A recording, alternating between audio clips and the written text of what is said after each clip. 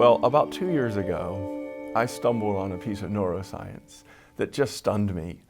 As a psychologist, I wish somebody had told me more about this. But what I learned is that there appears to be a part of our brain called the ventral striatum, that's the technical term, or you also could call it the seeking system, and that this system is urging us to explore the boundaries of what we know. It's urging us to be curious, and by the way, I mean innately. I mean children 6 months old, 3 months old. If you give them some toy, they love it for a little while. As they get used to it, your car keys become more interesting. It's the new, and it's the desire to learn.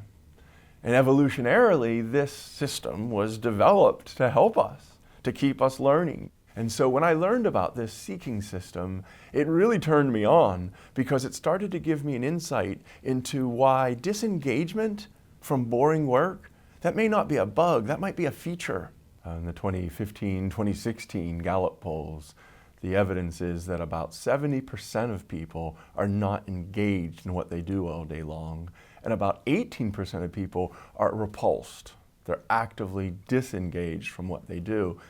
And I think that the reason why I say this is a problem, and it could even be called an epidemic, is because work is mostly what we do.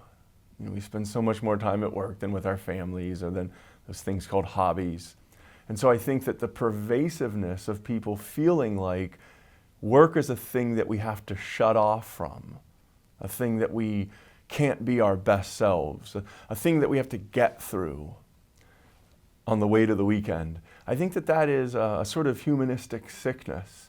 And while it is bad for people, that's the humanistic bit, it also is really bad for organizations who get lackluster performance. I think that it's interesting to think about when this all started happening. And, you know, I didn't live back in the 1850s, but all the records suggest that you could buy shoes, and those shoes would be sold by some store, some cobbler, and maybe there'd be 3 people that worked there. Rarely would there be 5 people that worked there.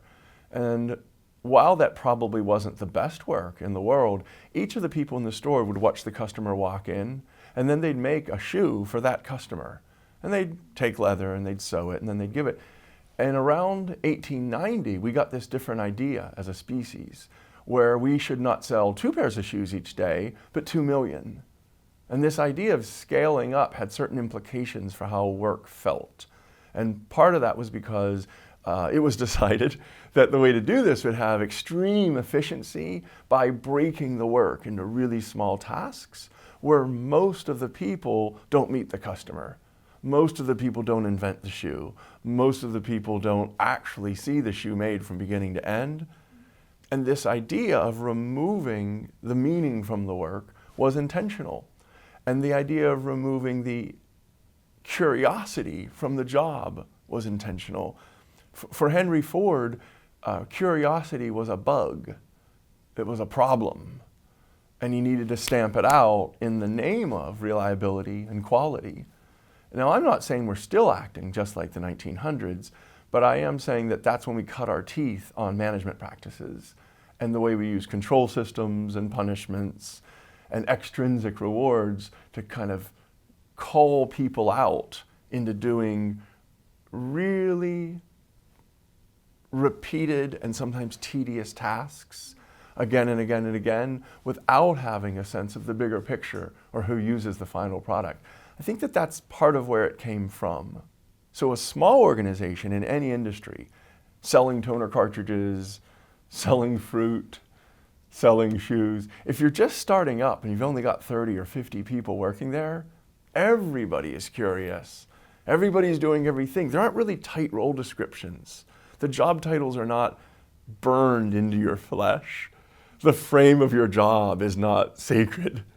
And so you could be a delivery person, but then if you see the competitor do something, then you can be corporate espionage, and you can take back information, and then you can get into strategy and help reinvent a response to what you saw. And that's actually not only acceptable, it's desirable. The CEO loves you for doing this. When you get to have 50,000 people in an organization, you're supposed to stay in your lane. You know, the expectation is there are a set of KPIs, key performance indices, and this is the way that we measure you on your job. And yeah, it might be that you have ideas about competitive advantage and what the competitors are doing, but there's no time for that because we need you to do these things that we've already set aside for you again. So I think it's, in my own opinion, a lot less about which industry and a lot more about the culture and the expectations for what different employees can bring to the party.